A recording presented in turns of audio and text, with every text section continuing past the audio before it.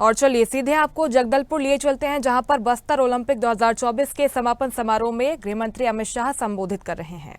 हमारा मुख्यमंत्री जी कर रहे हैं नियत नीलानार योजना, एक गांव को स्वर्ग बनाने की योजना है।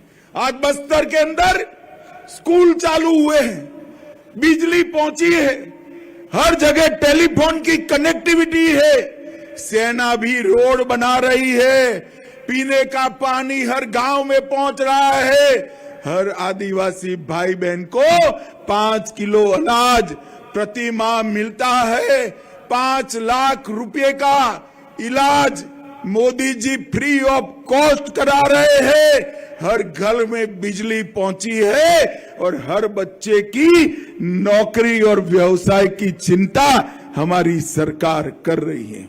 भाइयों बहनों, मोदी सरकार ने ये 10 साल के अंदर नक्सलवाद के खिलाफ दोनों मोर्चे पे काम किया है। एक और तो नक्सलवादी जो सरेंडर नहीं हुए, हिंसा करते थे, उनके खिलाफ सुरक्षा घेरा कड़ा कर उनको घेरने का काम किया।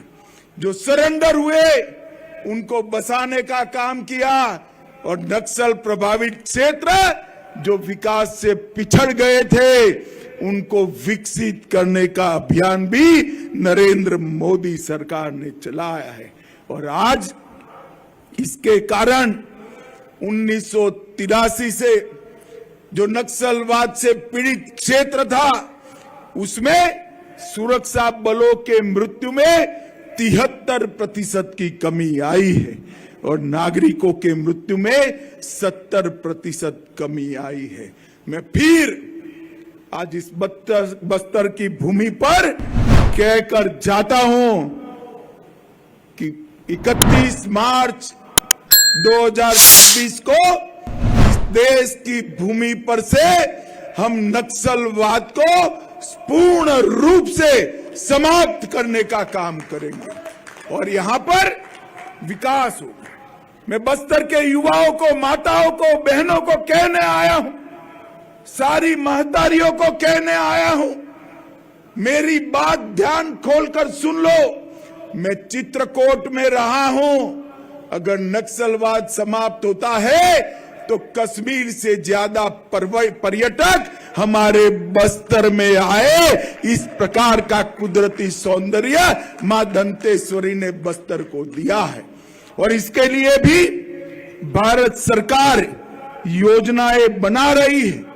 हम यहां पर पर्यटन को आगे बढ़ाएंगे, हम यहां पर छोटे छोटे उद्योगों को आगे बढ़ाएंगे, हम यहां पर डेयरी प्रोजेक्ट कोऑपरेटिव क्षेत्र के आगे बढ़ाने वाले हैं और हम यहां पर गरीब आदिवासी ने पकाया हुआ धान 3100 रुपया से खरीद कर उसके घर में मां लक्ष्मी का निवास हमेशा के लिए हो, ऐसी योजना भी लेकर आए हैं।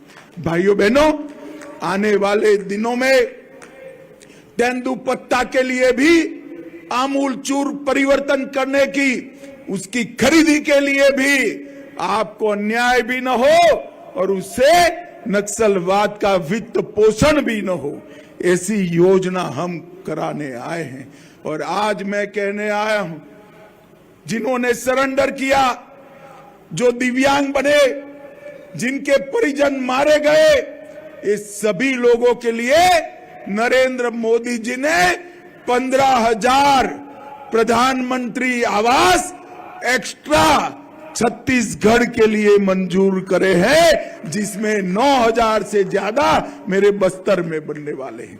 ये बहुत बड़ी पहल है।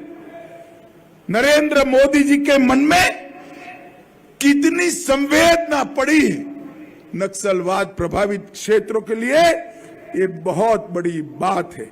आज यहां पर नुवावाट दस्ते को देखा तो 7 अर्थ में मेरा मन संवेदनाओं से भर गया। ये नुवावाट दस्ता, खिलाड़ियों का दस्ता हमारे देश के लिए उम्मीद की किरण है। एक पॉजिटिव इकोसिस्टम बनाने की शुरुआत है। और आज मैं बस्तर के युवाओं को कहने आया हूं, हार मानने वाला कभी नहीं जीतता, जीतता वो है जो कभी हार नहीं मानता। बस्तर के अंदर अनेक संभावनाएं पड़ी हैं।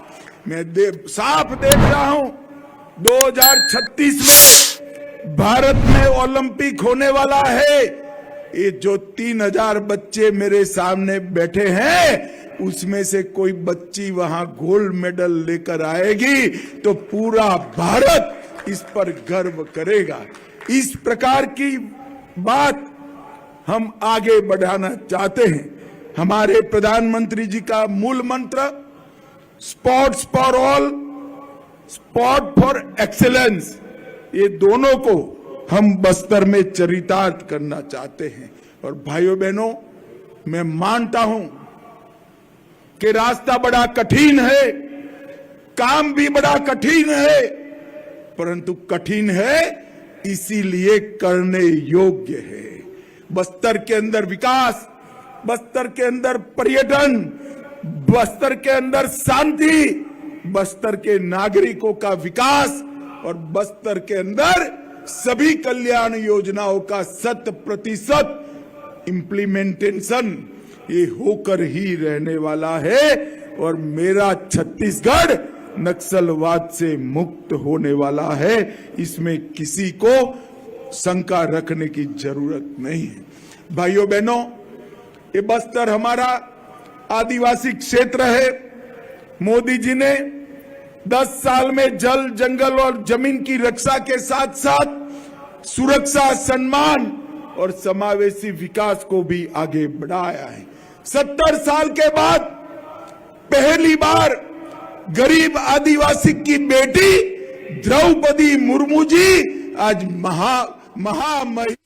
ऐसी ही खबरों के लिए हमें लाइक करें, शेयर करें, फॉलो करें और YouTube पर सब्सक्राइब करें और बेल आइकन दबाना ना भूलें। साथ ही ताजा अपडेट्स के लिए हमारी वेबसाइट swdeshlive.com पर जरूर जाएं।